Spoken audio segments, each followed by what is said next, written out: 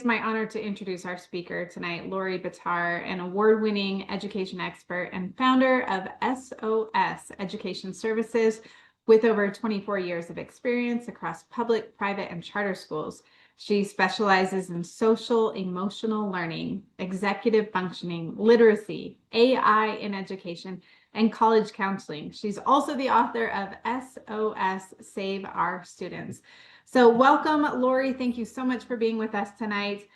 So why are we here? They say that's a great way to start. And so, of course, I went through our description and put together that we're going to understand more about AI and how it works. And some of you are probably brand new to all of this concept. Some of you are average or using it, and some of you might even be experts. So there'll be a whole range of people tonight, and I will try to give us a broad overview with lots of resources and support for everybody, no matter what proficiency level they're in right now.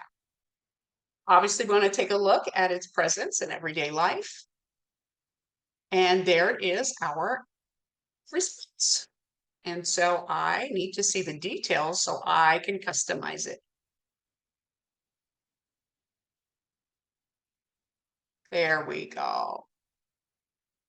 So beautiful answer. Lot of teens. So that really helps me when we're talking through some things today to make sure that we are all on the same page. Deceptive AI, legal, good, beautiful, awesome.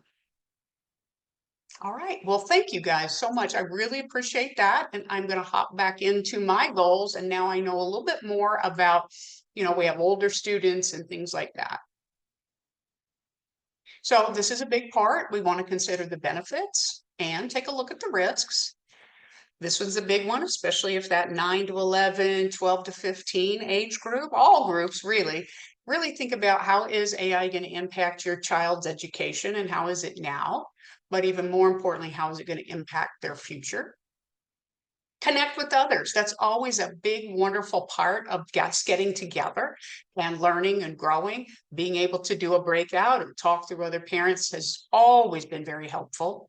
And well, some of you have worked with me before. I love to provide you with resources. So we're going to put in the chat this link of all of the things we're going to do today so that as we go through the process, you'll be able to click on the links and open the activities that we're going to be doing today. So I like to keep it simple and streamlined for you. So it asks you to make a copy.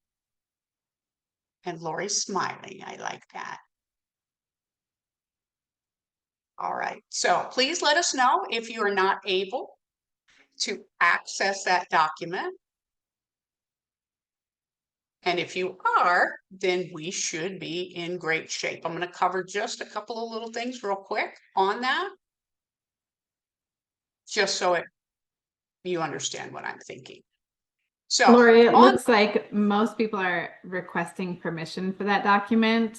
Can we make it, I guess, public? Yeah, I can do that. So what you're going to find on there are a couple of things. First of all, there's a ChatGPT note-taking guide. So if you have an account for that, that will be available to you. But more importantly, I also went old school, and here it is on the second page.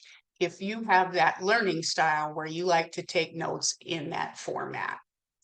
Then as we go through, there are going to be different links that we explore, different activities, and lots of resources for you to come to. So we got through why we are here and getting our resources. And thank you, Jessica, for introducing me. And thank you for those of you who do know me for joining us tonight. My name is Lori Batar, and I have been in the field of education for a lot more than 24 years. So that must be older. I have had a chance to work with Parents Challenge for 7 years. So it seems like all of those numbers would add up. I have been in every sector and every role of education. And truth be told, I have won a lot of awards and written a book about supporting students. And all of those things are really cool. But what was most important, and always is the only thing for me, is working with the kids. And so I've had a chance to work with some of your children and some of your scholars, and it really means the world to me. I recently got certified as an ADHD coach, and so I'm taking a new path and really trying to support students with executive functioning. So I'm happy to be here. And I am excited to kind of just break apart the 2 hours that we're going to spend together. It should be very engaging and very exciting for you. First part of the time together today, we're really going to go over, as we said, AI, take a look at your child's, experiences with it in different sectors of their life, and really dig into the benefits and risks. At that point, we are going to go into a breakout room and probably take a quick break just to help with managing our time well. When we come back from break, that's when we'll dig in a little deeper to helping your child, taking a look at some future career ideas, planning some next steps, and then evaluating. Well, like I said, some of you are brand new, and some of you may be in a place where you've been using it and you know a whole lot more than I do. So we are in this together. So AI, now I used AI for parts of this, you guys, so it's kind of funny, and I'm going to point out certain things and just things that are intriguing. So I had AI give me a simple explanation of what AI is. And so I thought it was interesting that it said it was a super smart friend for computers. I don't know if that was scary or not, but it felt like it was a little odd. And then it does start to break it apart. So it's technology that really is learned from data, and it ends up, we'll go into some layers, but it ends up learning like humans do, and it makes the predictions. Where do you see it? We've been using it for a long time. We just didn't call it AI, right? When we first got Alexa, when we had our Netflix, and when we have Facebook, and all of those different places that give us recommendations and different things like that. It's been around for quite a while. What's different is that it has hit a stage of such fast advancement that now it's really throughout all of our world, where before it might not have been. So even back to phones autocorrect, right? I don't know if you guys remember, but I used to go mad, I don't know, maybe 7, 8 years ago with that autocorrect on my phone. Sometimes I still don't like to use it, but the reality is it sure is a lot better. I don't know if you guys have noticed that or not, but it is definitely improved. So people just throw it out there. Oh, well, with AI this and blah, blah, blah. And I really am not, that's not my style. I like to kind of break it down in case you're a novice and in case you're not, because maybe there were some things that you wanted to know more about. So I put together a vocabulary slide for us. And so the very first one is large language models.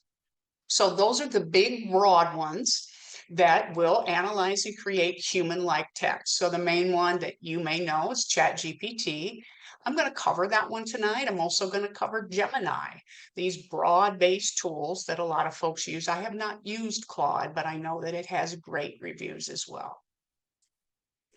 Prompting. Prompting is a new career choice where students are pursuing degrees in prompt, being able to very specifically tell AI tools what to do and how to do it so they're impactful. Chatbots, these are those tools that we use, having conversations, answering questions, getting homework. I'm going to cover some AI companion chatbots later in the presentation today. Deepfake, digitally altered video or image designed to deceive.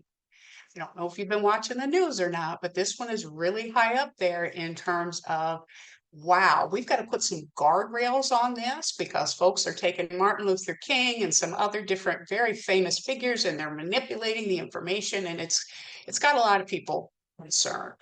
So we are at that place where I believe someone had mentioned something about the legalities. There are definitely some things going on where I believe we're going to have to put some legislation in place.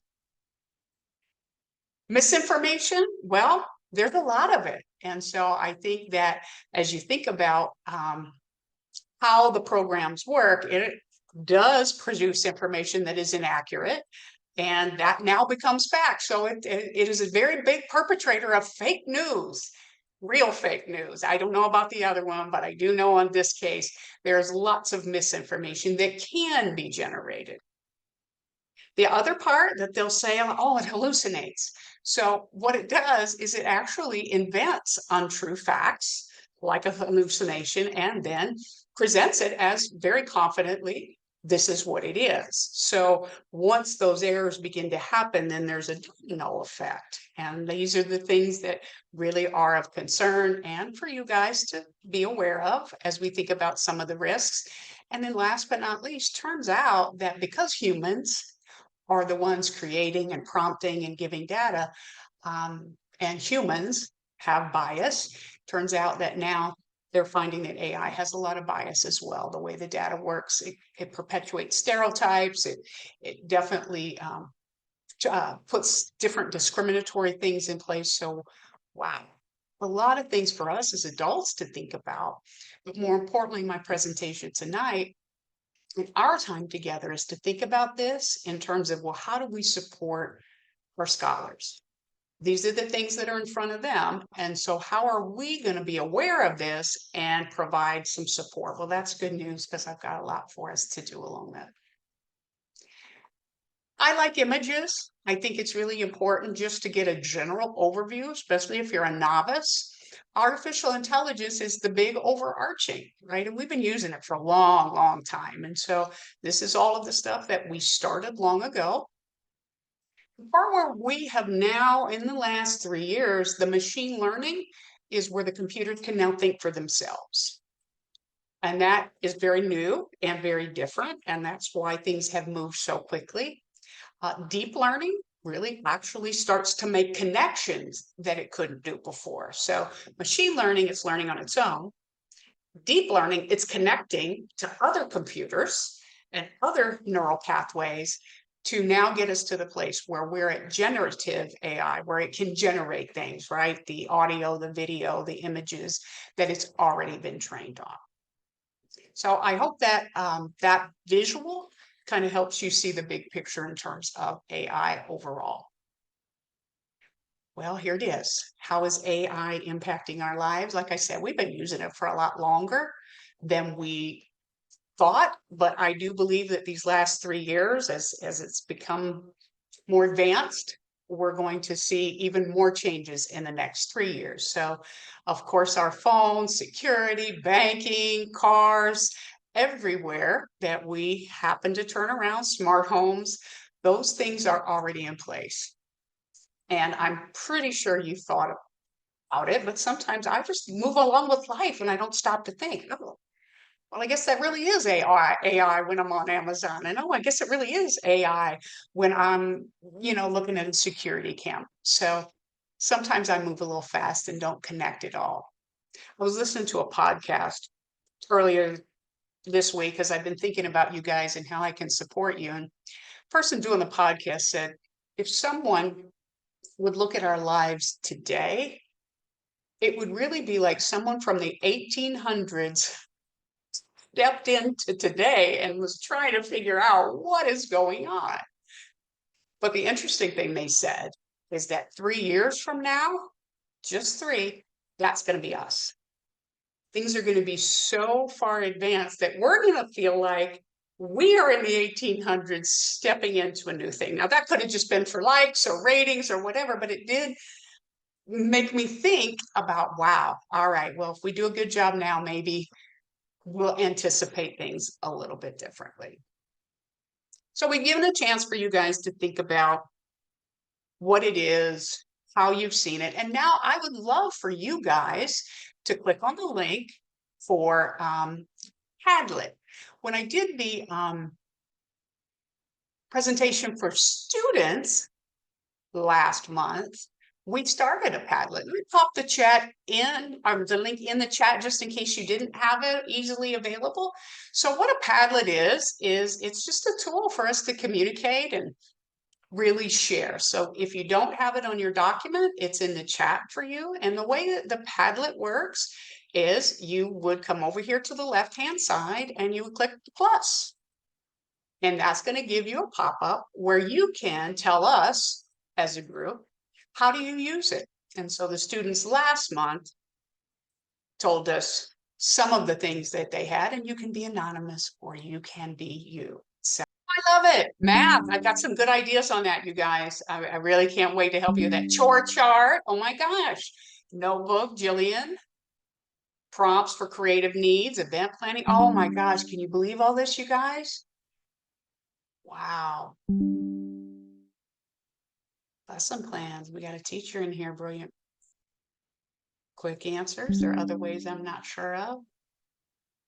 Well, that is really, really helpful. So again, it does speak to the ideas of, we've got some folks who are new, and we've got some people who are really advanced. So it's pretty cool to see all the different things of how you have found it helpful.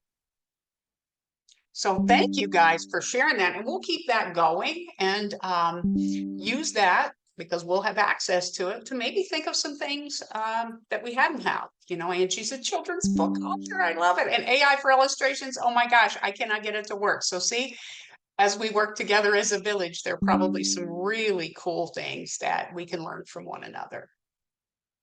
So thank you for that, everybody, and I appreciate it. And we'll leave that up, like I said, and we can come back to it as we close out today and see if there's anything else that we needed.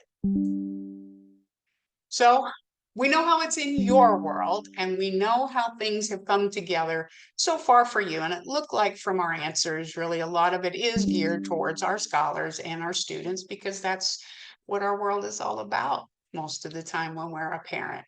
But I do want to really narrow down this part in terms of how are we thinking about our kids and how it is in their world. So want to transition into that. And we know that it is educational. So schools, and even someone had mentioned a homeschool curriculum. It is a great planning tool for education, and it does adapt and adjust. So there's lots of platforms for education that are available. Creative tools, some of you even mentioned that you were using it for children's book, AI, different things that you were using it for creative wise. So students are doing that as well. Social media and apps, those algorithms definitely shape what we see. And I know that if we talked about a crazy topic tonight, I don't know, Australian football, I know tomorrow, because my phone is sitting right here, tomorrow I'm going to see things about Australian football. And it, someone my age, sometimes we have a little hard time getting our mind wrapped around that there's that much information being gathered and giving me predictive analytics. Toys and games.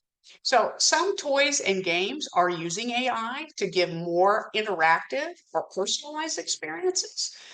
But there's also, someone alluded to that when you put your goals together, some concerns about that as well. And so this particular image I put up there to remind me to, if we had time, to share this AI Pandy video with you. And I think we're in great shape that I could actually take a look at this particular toy or game.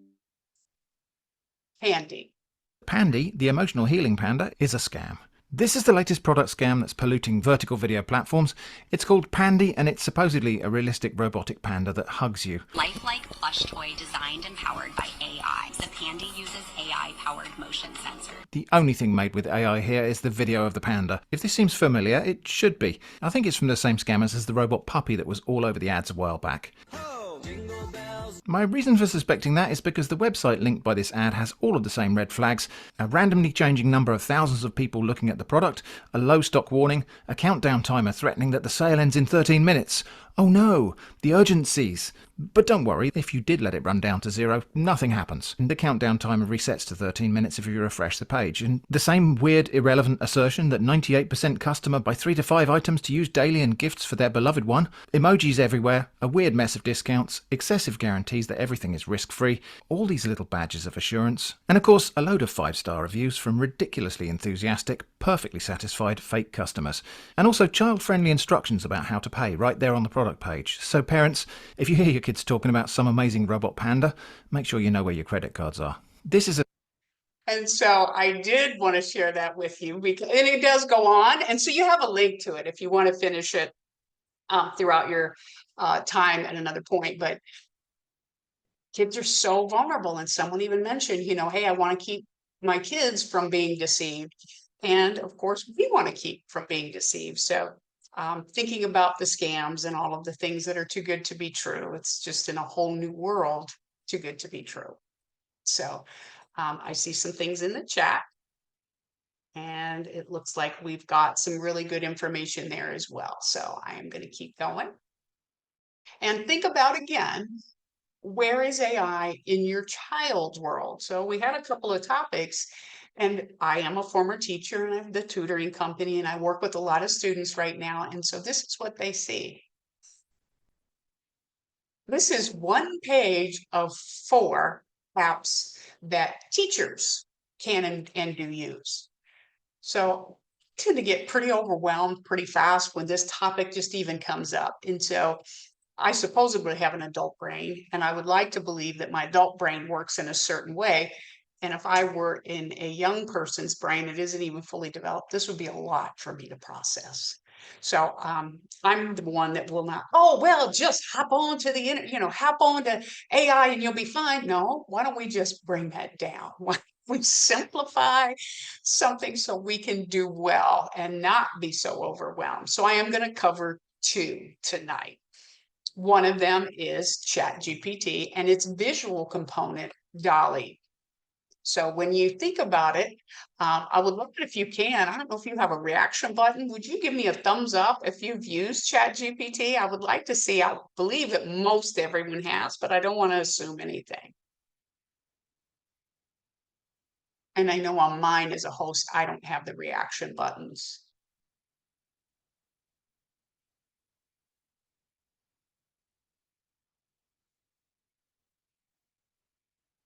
All right, so you've got different ways to communicate. So putting it in the chat, giving me a little thumbs up. Heather, thank you for letting me know, because you're going to get a chance to take a look at what it does and how it is tonight. So what it is it's one of those large language models, a big, broad tool, and the GPT stands for Generative Pre-trained Transformer. That's a mouthful. Really what it is it's a chatbot that's been programmed and designed that you can just talk back and forth to. Well, show me this, help me study this, make a cookbook for me, etc. And so I don't know about you guys, but I do use it for certain components, and I've been quite surprised on a few things lately when I have prompted it and said, hey, where is the download that you said you were going to give me, or whatever I might have said? And it's becoming a little sassy, saying, it's right here. I've done it for you. And I'm like, am I reading into this, or is this thing really kind of coming like a human might? So I just thought that was interesting of no. Well, why would people want to use it? It's available 24/7 until you've used it and gone to your limit, right? You can only have a certain amount of limit on the platform, and then you can either upgrade or wait until your set replenishes. So I think that's an interesting accessibility question. But the part I really like is the DALL-E component, and that will actually help create images. Not very good ones like for the children's book, but it will help my students and I create images that are powerfully helpful for them to learn. So why is it better than just having a bunch of words? Well, research shows very clearly that the mind will remember a picture 80% better than it will words. So I've been having my students draw pictures for 20 years because I know how our brains work. And we use this tool now to really help enhance that. Again, the key, we've got students we've got young adults, careers as a prompter. So being able to be specific, being able to use that information to have it get what you want. Definitely the pros of ChatGPT as a platform is quick answers. It's going to give you what you want. It's going to help with homework pretty quickly. I noticed a couple of you put that in on the Padlet. The cons, there's a lot of bias and inaccuracy because it moves so quickly, and there's a lot of inaccurate information that we get back. And again, we'll talk a little bit about cognition, but the concern of over relying on it and cheating. So that one platform can do a lot of things well, and there are some concerns. But here is how my student and I used the Dolly component. So she was taking advanced placement environmental science, and she's a really strong learner, but just couldn't make the connection. So I said, well, let's go in and prompt Dolly to make a story and images because she loves stories. I think we all learn really well from stories. So we said, okay, make us a story that helps us understand these two environmental acts and put together images that go along with it. So obviously it was the Endangered Species Act and the CITES Act. So here was the story. In the magical land of Wildtopia, animals lived happily until humans started taking two-minute animals for pets, trophies, and other things. Very simplified language, but boy, easy to access, right? So we've got two protectors. We've got Essa, Ellie the ranger, and we're going to learn that her mission was to protect animals, and CITES was Cy the traveler. And so he was a world traveler, and it helped to help us to understand about illegal transport of animals all over the world. So that was one powerful way that I use it in my tutoring company to help students see the big picture. And so I always like to share that one because I know that some of you mentioned I like to help my students with homework. That's one cool way that it can be used. Gemini is right within your Google platform, and it is a little different in terms of how it works. But what I believe I've made sure is that it is in a private and secure environment. I haven't had as much luck with Gemini, but it is private. When any of our students are on ChatGPT or any of those other platforms, everything is going everywhere. So there's no data privacy. There's a little setting in the very background that you might be able to find to say, hey, I don't want you to track, but the reality is Google Gemini knew that and it's already built in. So that's something for us to make sure we think about with our scholars. And it does take and analyze and break things down. So here's one way that I liked it. Again, going with the visual component. It can take a look at your textbook. It can take a look at images, and then you can ask it, based on your interests, can you explain this to me using basketball as an analogy? So if I couldn't understand a concept, I could try to use something I'm familiar with and something I really like to pull it all together. And so I love to be able to do that with students. The other thing I did with it was, I did write the book, SOS, Save Our Students, and it's 14 stories of my students are the sidekicks. I'm the superhero, and we fight the arch enemies of education, poverty, gangs, bureaucracy. So 14 of my students. And I thought, well, let me see what it would do to create a study plan. So I literally gave it a link to my book and said, create a study plan for this book. And here's what it came up with. And this could be really helpful to you. So it literally took the PDF file, broke down the goals, broke down how to go about it. Here's what you're going to read. Here's going to be your activities. And here is how you would break it down chapter by chapter.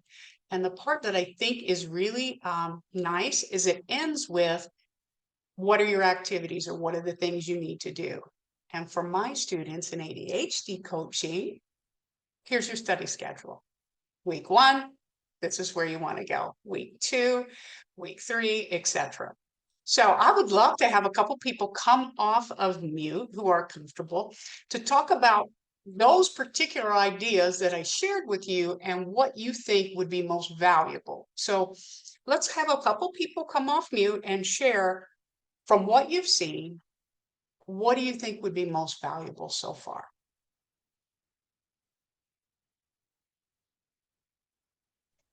So I think that the study guides and stuff would be really helpful. My son has ADHD and he struggles with like preparing for tests and keeping things organized and keeping everything all together. So he doesn't seem to have issues with sports related stuff because, you know, he loves to play football. But when it comes to school, he struggles with keeping it all together. I mean, he maintains good grades, but I think this could be super helpful. I wish I understood more about how this stuff worked.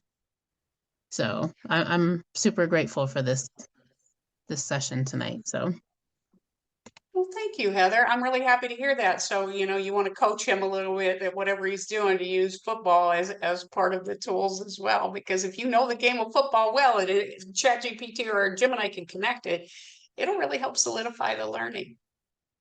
yeah, I like that. That's pretty neat. How about anybody else? Something you know would be helpful. Marcella? So I like the idea of having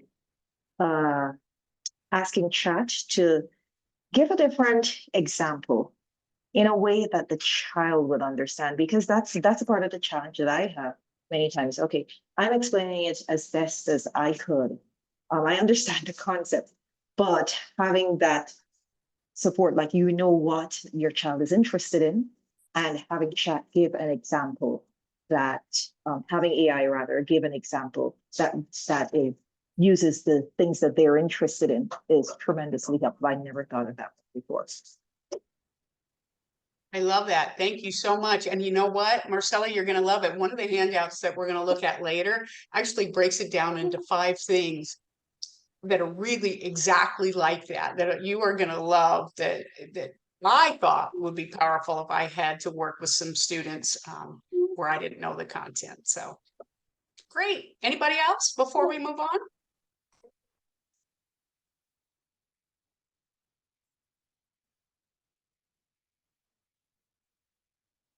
Great. Well, let's go ahead then. This part is the big thing that I think when I thought about the presentation, I said, my gosh, one of the things we've really got to dig into, I saw the little pandy thing, which is important, but there are deeper benefits and deeper risks. And I knew that that would most likely be part of what you as parents were looking to learn, if whether you were new or whether you were expert in terms of this, it would be a really important piece. So, of course, I had AI design a slide for us on what are the benefits. And so, obviously, personalized learning, immediate and constructive feedback, great access to information, and then developing literacy skills. Well, I did see somebody on here was using it for lesson plans, and I did see some other folks mention homeschooling. And so, as a classroom teacher, if I have 25 students sitting with me, they have 25 different needs. And there was never a way for me to be everything to everybody. I tried really hard. I couldn't be everything to everybody because many of my students were in intervention and they had skill gaps. So being able to have personalized support and then more importantly, immediate feedback, is it right or is it wrong? Rather than waiting a week and a half to get your paper back to figure out whether you were successful or not. So I said, well, this is a great idea. However, does the research back it up? And it turns out that some of the studies are truly backing up what has been said. So in this particular study, I pulled this today, it just said that these personalized, customized learning can lead up to 30% improvement in student outcomes. Also said that classrooms using adaptive technology reported 67% higher engagement. Engagement's really important. If I am a kindergartner sitting on a carpet for 45 minutes, which I have seen, I'm not really engaged. Maybe engaged with my shoelaces or maybe engaged with the person next to me. But the reality is I'm not in academic engagement. And so I would believe that if it's done well, that could be true.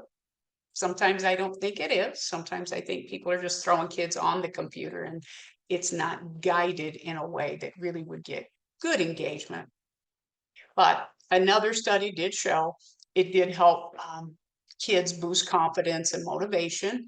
And what I believe, at least what I'm seeing overall, is if I have that personalized coach right there with me, it will make me more confident. It will make me feel a little more independent because I'm not raising my hand, waiting 20 minutes for the teacher to come over and help me. I'm a little more confident, but I'm also willing to take more chances, which I think is really important for learning. Middle school and high school kids are very shy. I don't want to mess up. I don't want to draw attention to myself. But if I've got something right there that can give me that immediate feedback, it would free me up to feel more confident to take chances. So I said, well, you know what? I think I can agree on that. So I think those are some interesting things for us to think about. The other healthy uses of AI, you guys already covered them in the Padlet, right? Brainstorming, practicing languages. My goodness, it certainly can help us with our language. Summarizing the long text, breaking it down, and making sure that I understand the big picture so I can go into the next, the art, music, stories, new interests, meal prep. You guys are already on that. And even workout planning. So there's some really healthy uses, and you guys covered most all of these already in the Padlet. I put in bright red, there are some unanswered questions, and I'm sure we all are thinking about a lot of them. And the way I set this part up is for students, but also overall, what are some of the unanswered questions? So for students, what is over-reliance? What is plagiarism? Where is your work and where is the supported work? I think it was Tanya mentioned that, quickly or at different times, inappropriate content and safety issues can come up. Privacy. Every piece of data everywhere is really being shared, and that is a huge concern for our kids. Bias and inaccuracy. So even us, sometimes I think it's hard to stop and think, is this true? Because the way people write things, they get our attention, they get us all worked up. But being able to do that ourselves and teach our scholars, hey, let's stop and think. And we've got some really good tools we'll use to make sure that kids begin to think a little more critically and not just assume. For all of us, and overarching AI, cognitive decline is a huge concern. Environmental issues, the chips they use are really taking away mining and water and the things that probably help our earth work a little bit better. Job displacement. I had a young man drive me today to the car dealership to get my broken down car. And I asked him, he was about 21. I said, well, honey, do you have some plans on what's coming next for you? And he just kind of looked at me and I said, well, based on what I'm hearing, about 3 years from now, you won't be driving anybody anywhere. And so you're going to need to think ahead about what's coming next. And he said, well, I wouldn't trust AI to drive. And I said, well, I can agree, but I think 3 years is going to move really fast. So the ethical and legal issues you guys brought up for sure. Surveillance. A lot of people are concerned, and there are things changing all over the world with surveillance. And many people, when I just did what are the biggest concerns of people? Autonomous weapons, surveillance, those are kind of high overall on adult lists about, well, where are we going and what do we need to do to try to mitigate some of this risk? So I don't like to Lori, be quick this. question for you. Yes, please. Mallory mentioned that some of the studies support AI use in the classroom, and you just pointed out a lot of the potential downfalls. Were there any studies that suggested that AI might not be helpful in the classroom? That is a great question. At this point, as I was trying to assimilate all of this, and just from my own teaching experience, I have not seen a lot of studies that would indicate that. But I think common sense says a lot about how is it being used? Are you just throwing kids on there? Or are you guiding and supporting kids? So I think that we're going to look at the cognitive decline piece, and I think that may help us all think about how are we using it strategically. And so if I forget, please remind me when we get to that part about the brain development, and we can think through how is it a negative for some of our students to be using it. So thanks for bringing that up. Thank you. Sure. And, I don't have young kids. My son is 28, and I really tried to get into your lane, right, with younger kids and what were your concerns. And I do know that there are legal issues and there are things going on out there about all of AI, but even more importantly about this segment. And I don't want to be this terror producer or get you all worked up, but I did find a really good piece of information from the American Association of Pediatrics. So they're talking a lot about these three platforms that really just create a friend, a companion. So Replica, Character AI, and Snapchat. And so what they do is it's your own personal friend, and you have a chance to interact. And because it is AI, it adapts and adjusts and continues to adapt and adjust to you like a friend might. And it is for students, some students really taking those relationships and moving them more in a romantic, sexual tone. Some students are using it for mental health support. So there's this big segment of this particular type of AI that is a very big concern. And so what they recommend is that if you do know or have seen, and you've looked at your scholar's chat history, even if they are a little older, and you see any of those, this probably would be somewhere you would monitor or you would intervene, even though you shouldn't do that, Mom. Well, yes, I should do that because that's my job. So I'm going to show this video, and it seems a little bit panicky, but I also think it's important. So let's kick this off, and we're going to do a poll afterwards to kind of see where we all fall on the benefits and risks. AI chatbots on the surface may seem harmless, but recent headlines show a dark side of technology that parents should be aware of. A lawsuit alleges that one chatbot, Character AI, exposed a child to sexualized content and Sorry, I was trying to encouraged just. another teen to murder his parents. And these aren't exactly isolated experiences. Chatbots have been accused of promoting violence and self-harm. Another lawsuit blames a chatbot for pushing a teen to take his own life. Children may use chatbots because they want companionship, a digital friend, or want to play out a fantasy. But it can go too far, and sometimes the lines between reality and fiction can get blurred. Adolescents, especially those who are lonely, may get into these manipulative, sometimes sexually charged relationships with chatbots. The technology is designed to send personalized, tailored messages. And if you combine that with a vulnerable, developing brain, which sometimes lacks emotional judgment, that could lead to severe consequences. We already have a youth mental health crisis, and kids' health cannot be an afterthought when new technology is developed. So until we get more regulation, parents, talk to your kids and teens about the potential dangers of chatbots and remind them that AI is a tool and not a replacement for coming to you, a teacher, a coach, or another trusted adult for real concerns. And as always, if you need more guidance, reach out to your pediatrician. So I don't have any of my own children, but I do tutor students, and us to be aware and to start thinking about this is going to be the whole second part of our work today.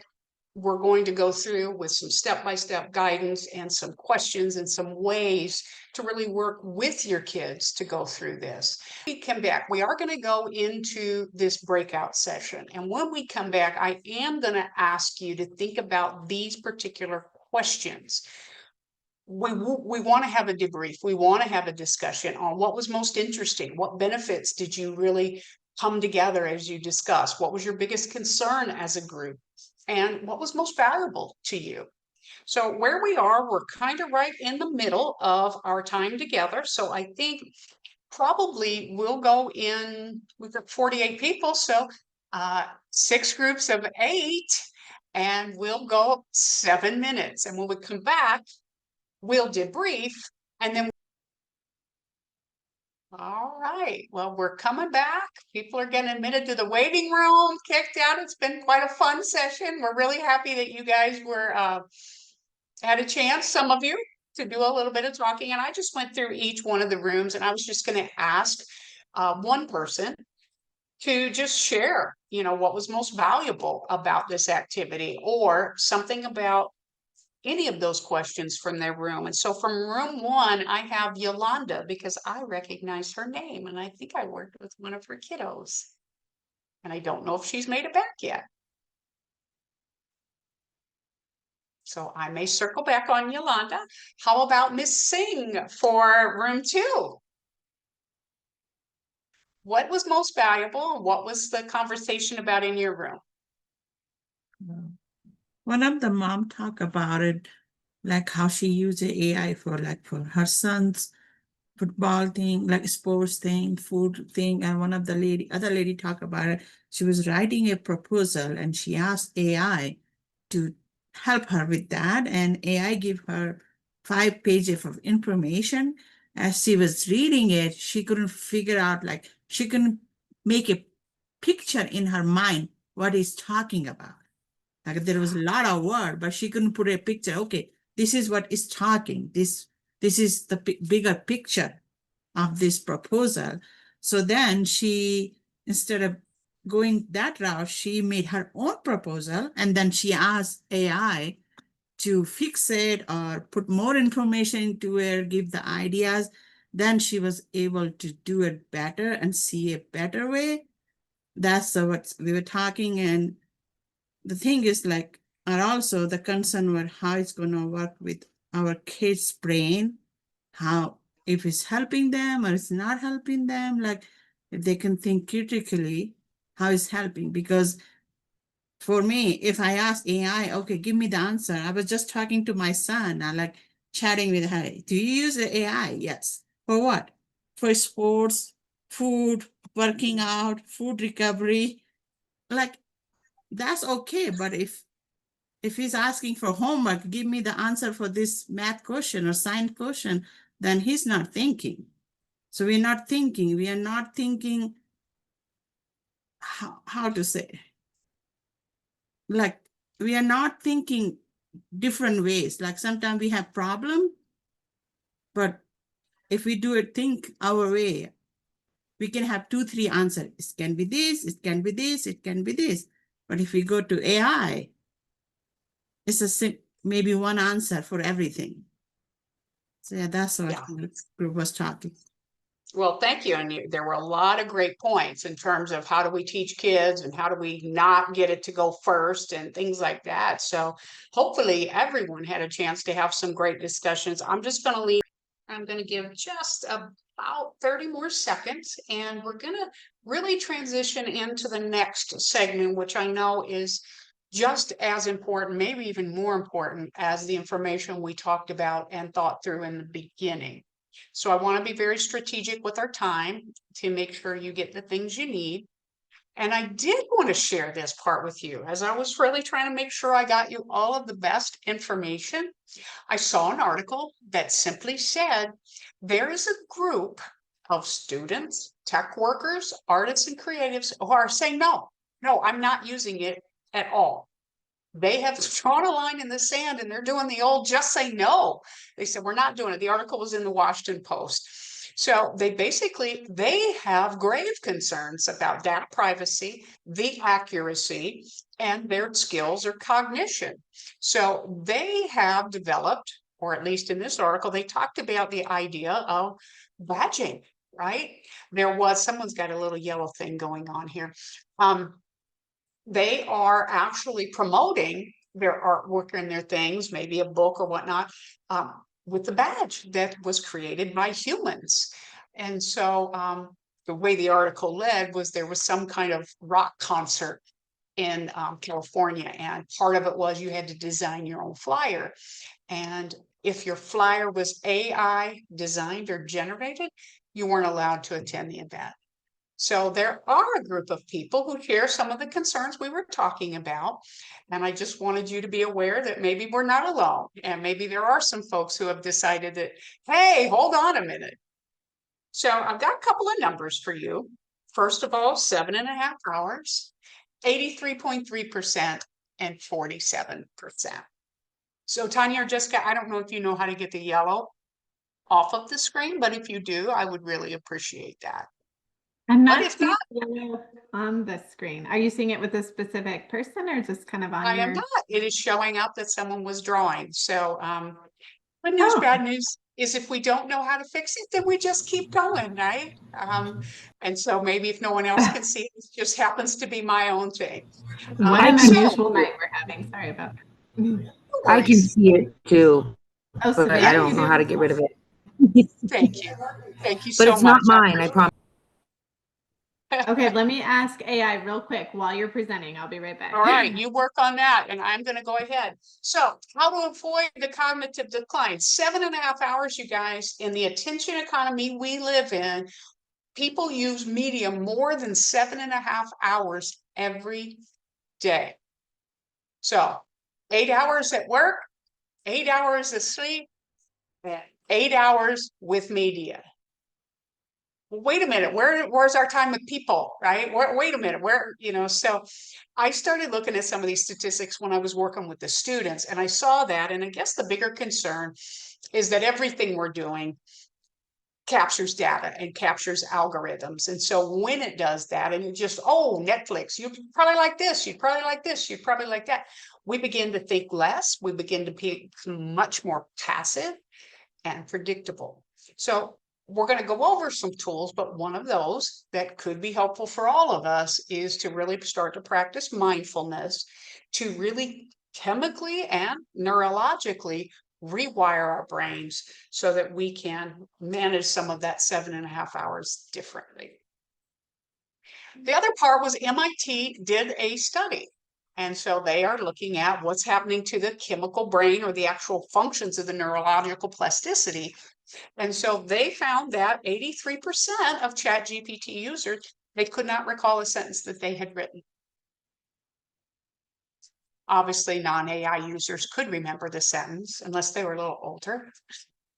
And then, they actually looked at the physical brain scans, and what they found are two really important things. 47% reduction in the neural engagement, so almost 50%. But even after those folks stopped using AI, there was still an underactive brain. And so here's what they found, guys.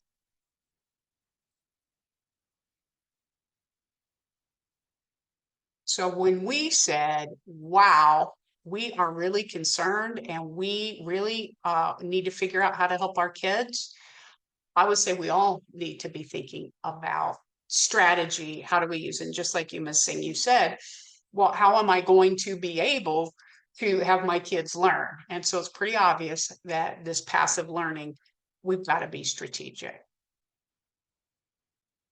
So let's get into the most important thing you came for tonight. How do you help your kids? First of all, you got to start the conversation. And so, Miss Singh, you were already on giving them a little conversation. And so when I look at this slide myself, I go, oh my God, this feels like me. This feels like me right now. So we're going to look at two really good websites that are linked on your document. But most importantly, I want to point out so many things you can use. So the first one we're going to look at real quick is this one from Common Sense Media. It's about 1.5 minutes long, but it gives us very good ways to get started. I think actually that this video is AI generated. From chatbots to image generators, it seems like artificial intelligence tools that create new content are popping up everywhere these days. And, like any tool, those based on AI can be used inappropriately. So, now's the time to talk with your kids about safe and responsible use. Here are 5 tips to help your family explore AI together. First, talk about both the benefits and the risks. Lots of AI tools can help kids be creative and learn new skills. On the flip side, they tend to collect and keep lots of user information. This can put privacy at risk, so make sure your kids are behaving safely online. Second, try out AI tools together. Adult involvement is key to making sure that your kids aren't exposed to anything inappropriate. Taking a test drive as a family can also get everyone thinking about the ways they already interact with artificial intelligence. Third, discuss the biases in tech. Because AI programs are designed by humans and pull information from across the internet, they can make a lot of mistakes. This is especially true when it comes to race and gender. Encourage your kids to be critical thinkers and to always question the writing, images, and posts that AI tools create. Fourth, talk about plagiarism and cheating. Many popular AI tools generate text and images that offer an easy shortcut for kids' schoolwork. Remind your kids that claiming credit for work they didn't create could land them in big trouble. And number 5, reach out to teachers for support. Teachers at your child's school might already be using AI programs in the classroom. If so, ask about tools you can use at home to support learning. These could be anything from websites that help kids with learning disabilities to apps that teach another language. For more helpful tips and advice, visit us at commonsense.org/families. All right, and so you do have a link to that, but I just want to point out before I transition into the next part, this is one of the main websites that I would use because it gives me parent guides. And here's what I thought was really powerful. It breaks it by age and stage, and it also then breaks down some of those topics.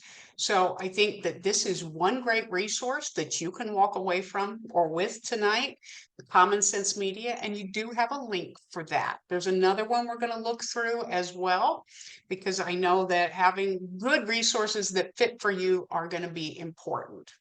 So basically what the video said is a lot of what you already knew.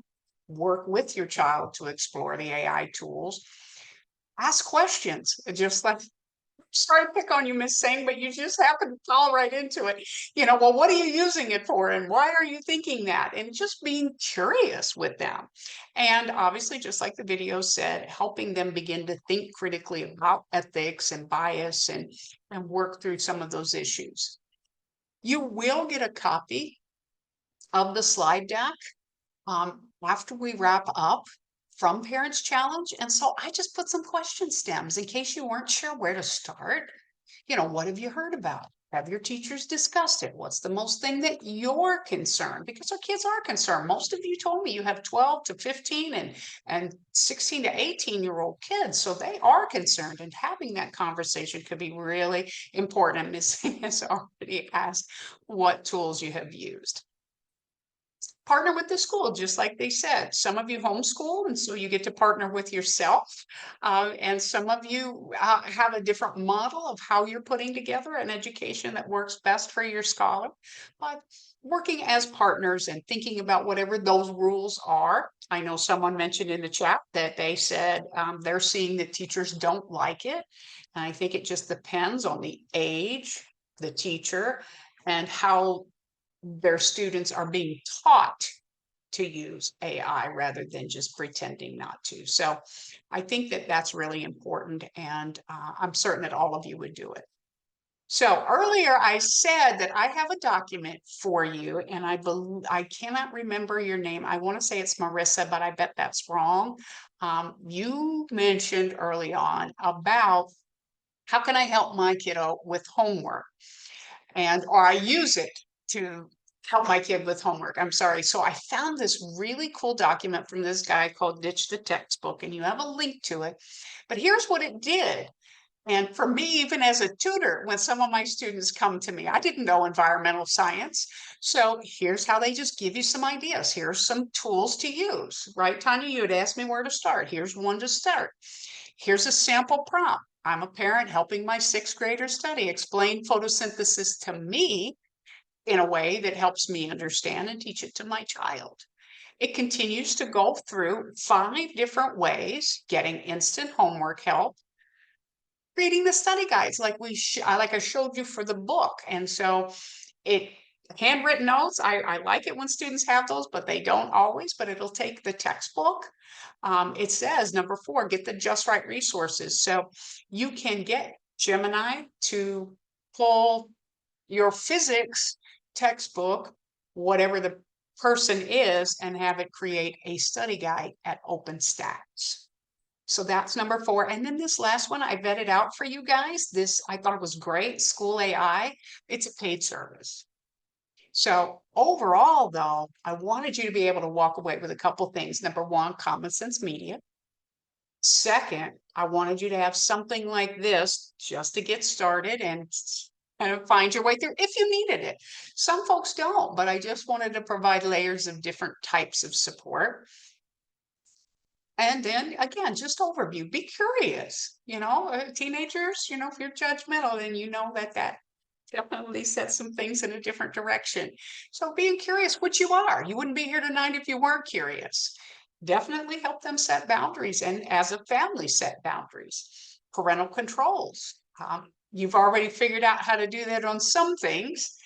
Make sure you test them out, do it with your child, and then take a look at the research, the privacy statements of the particular tools that you're using. Like I mentioned, ChatGPT, you can't really find how to get to the back end. It's there, but there's some little tiny button that says, hey, don't collect my information. So having a good idea for that could be helpful to you. This is the second website, and I do want to kind of click through it with you because this one also has great resources that might fit for you.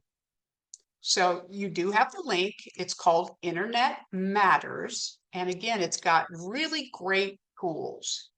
First of all, getting advice for different types of students, but also age. Here, if you did not know how to set controls, it actually shows you how on different platforms.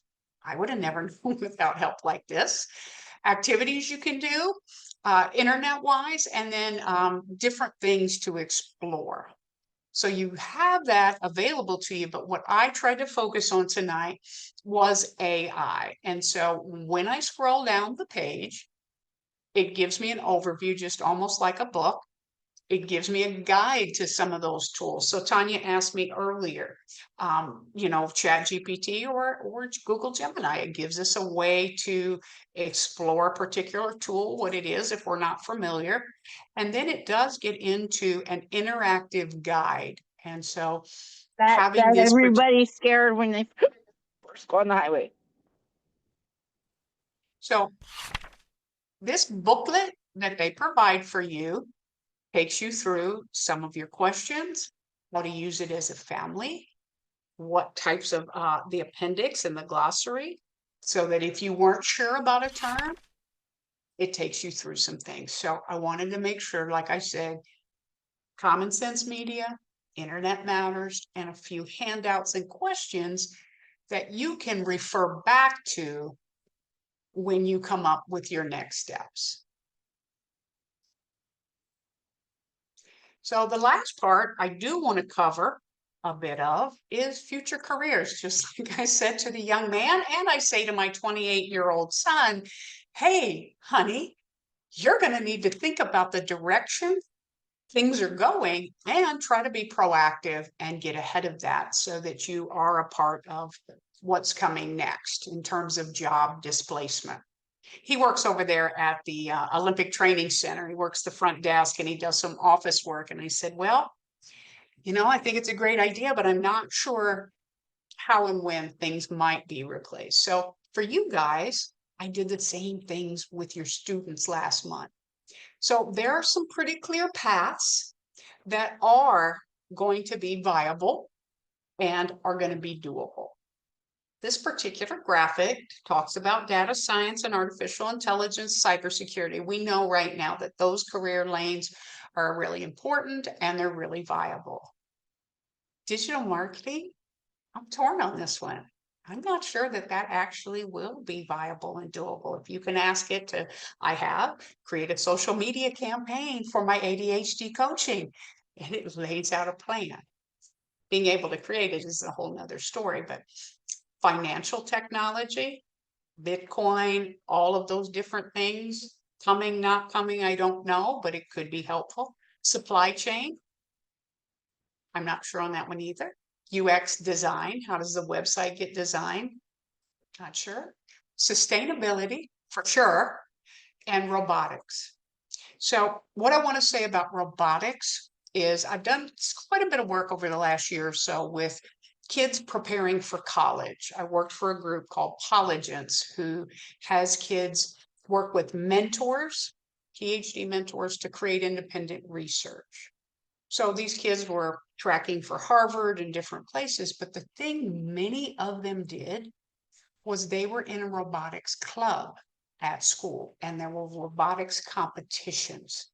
So as your kids are thinking about school, preparing for whatever comes next, if there is a robotics club, I would encourage them to explore it. Try it out. You know, if it's for you, great. You're going to learn a lot. It's going to be helpful to you, and it's pretty fun. But if it's not for you, you've tried it and you've at least learned a little bit about robotics. That's a really powerful opportunity for a whole bunch of reasons. But they are going to need soft skills and emotional intelligence. Right now, there's Travis Bradbury does Emotional Intelligence 2.0, and in his work, he shares that over 40%, actually only 40% of CEOs worldwide can name their emotions. So we have a big gap in terms of emotional intelligence and soft skills. So more importantly, whatever lane our kids choose, they're going to need to adapt, right? We're still adapting, but boy, they're going to have to pivot and adapt, and they're going to have to be resilient. Tonight, we didn't have 4 or 5 things work out, but we definitely were resilient, and we pivoted and said, okay, well, we'll move ahead, but our kids are going to need that skill. Critical Lori, thinking. I'm not sure if this is just my screen, but your slides are zoomed in right now and I can't see them. I don't know if that's happening on anyone else's. Thank you No? for the feedback. Okay, looks like everyone else is great. We'll just keep going. One thing you might try is to go up to the upper right-hand side in yours, and there's 3 little dots at the top of your own screen, and you can actually adjust the size of your screen for now. That may be helpful. Perfect, thank you. You're welcome. So critical thinking and problem solving, just like some of us talked about earlier. Well, when do I use AI? Do I use it right away for a 5-page presentation or proposal? Or do I draft out, do I put some key bullet points and then come in and use the tool to help me polish and put it together? We've got to help kids process that and decide what will make the most sense, and emotional intelligence for sure, and communication. No matter what's happening, communication skills are going to be very important as they think about their next steps, and they're pretty important for us too. So when I was working with your kids, you know, I had this particular graphic like, well, how am I supposed to do that? Right? Is there a class in school, or where do I learn that? And you folks, as parents, you've worked a lot with your scholar on these types of things.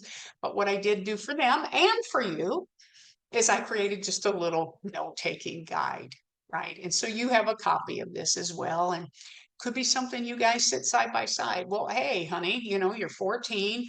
Let's think about this. You know, when we're moving forward, what can we do?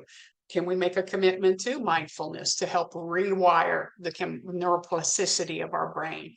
Could we use a scientific method? Could we take notes? Could we do some tools? And then could we develop a growth mindset? Practice self-awareness and listen. So growth mindset, a lot of research on that. I won't get into it, but the one most helpful thing for us and for our scholars is, well, you know, I'm no good at math yet. No matter what the statement is, the best way to develop a growth mindset is not getting there yet. So adding that word yet changes the way we perceive and think through the things that are happening in our lives. So I just thought it would be a fun tool. I don't know whether you would use it, but again, wanted to give you some options of things you could take away from here. And this was my friend, the driver, today. The young man told me that he was, I said, well, you considering anything else besides being a driver? And he said, well, I'm considering welding. And I said, brilliant. So 700,000 tradespeople are going to retire in the next 5 years. And so I've seen repeatedly that trades are going to be valuable, and they're going to be important, and they're going to be lucrative, because the way our economy's going, we're generate a lot of money. So people, oh, well, robots are going to take over. They are, some of these skills, but they're not going to advance to have the technical skills necessary to do some of these tasks. So any of your kids who show an aptitude or interest, it would be great to encourage them to take those lanes. Over here on the left-hand side as well, tech and digital and innovation, cybersecurity, we looked at that earlier, healthcare and wellness, mental health professionals, those are also going to be important, again, skilled trades, renewable energy technicians, wind and solar. Hopefully we'll rely more on those things and they'll become very important. And they say education and training, online facilitators and designers. I'm not sure about that, guys, because if I ask it to put together a presentation for me, it can do it better than I can quickly, but I have to go back and adapt. And I spent about 20 hours on this tonight, even though it gave me some ideas, because it can't at the level that we need it to yet. But vocational instructors will be a great career and a great opportunity. So what are your next steps, right? For sure, explore those two sites, either with your scholar or without. Have the conversation. I tried to give you the question stems that could be really helpful to you or not. You may not need them. Set those rules. On Internet Matters, there's actually a digital family tool that you agree and you work through together as a family. This is what we're going to do. This is what we're not going to do. All right, Marcella, you are the guilty one as charged. Thank you. Thank you. Reinforce that safety, right? When we saw that American Pediatrics video of these chatbots, really reinforcing that because our kids' brains are still developing and they need our adult guidance to guide them and share with them. Fact check everything, be sure. And model good behavior. Well, of course, we already knew that, but those were the recommendations that came up. So those are some of our next steps. For you as adults, I found two options. One is a group that I follow. It's called Superhuman AI, and it gets a little overwhelming, but it's really showing what trends are in that whole world. And they're offering a free AI workplace proficiency course and certification. So Tanya asked me during break, she said, hey, Lori, where could I start? This may be a lot to start from zero to here, but some of you are already in the middle of your growth and development, and this could be really cool for you. So again, the whole idea that it's free and it takes you through some of those most used tools could be a really interesting option. And the last part, a lot of you told me your kids are getting closer to college. So I, again, did quite a bit of work in the college realm over the last couple of years. And of course, the big conversation is AI in college admissions. So you have a link to this particular document. What I love about it, that's our course. What I love about it for our scholars who are getting ready to think through college options, one of the pages is a responsible AI use checklist. Here's what I've done. And so I believe if I'm looking on this, this is page 13. The way that this is laid out, sorry, I'm trying to make you not dizzy. The way it's laid out is it really just helps students and you think about, well, as we get ready and think through college, how are kids using AI? Are we considering the risk? Some of them really are.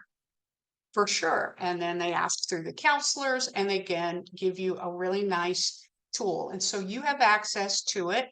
I thought it might be helpful to some of you. That's from College Wise. They have a lot of great webinars.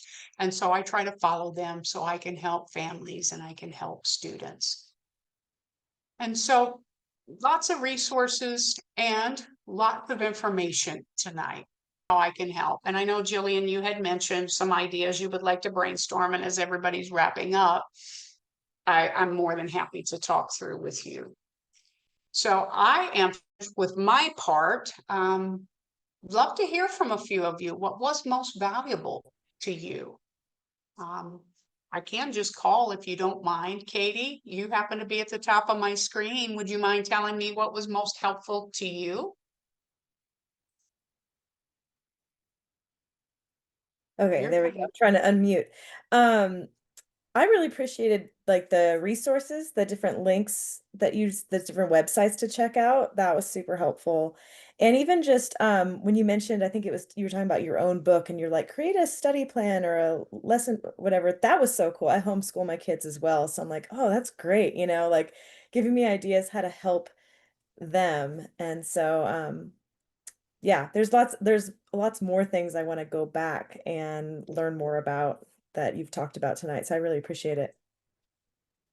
Well, it's my pleasure. Thank you. Kyle, you happen to be next on my screen. Would you mind sharing what was most helpful to you tonight?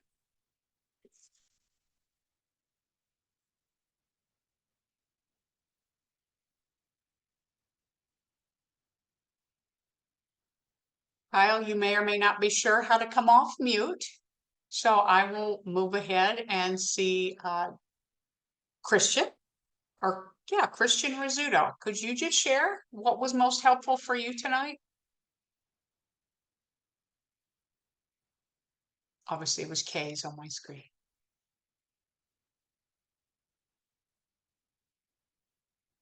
And Christian seems to maybe have dropped off. How about you, Kelly, in my K's theme? And that'll be our last person tonight. I just would love to hear from you.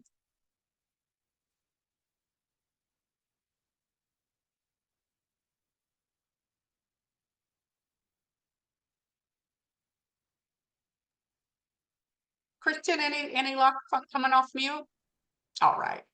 Well, thanks, everybody. I'll take a look at your feedback and I'll look at your information. And I appreciate anything you can tell me how to do better, be better, and celebrate the things that really helped you tonight. And so I'm going to turn this back over to Jessica and Tanya. And then as they wrap up, I'm going to stick around. And anybody who has individual questions, I'm more than happy to help. Perfect, So, Lori. thanks, guys. Thank you so much. I just want to say I love that we're having this dialogue right now. While AI is so new to us parents who did not grow up with this, I think you brought up a lot of great information, the pros, the cons, great questions, dialogue to be having with our kiddos. So I really appreciate all that extra insight. And now we have a place to store this information as we're coming across it. Oh, that reminds me of the presentation. So we've got a place to catalog all of this. So thank you very much. We really appreciate your time tonight.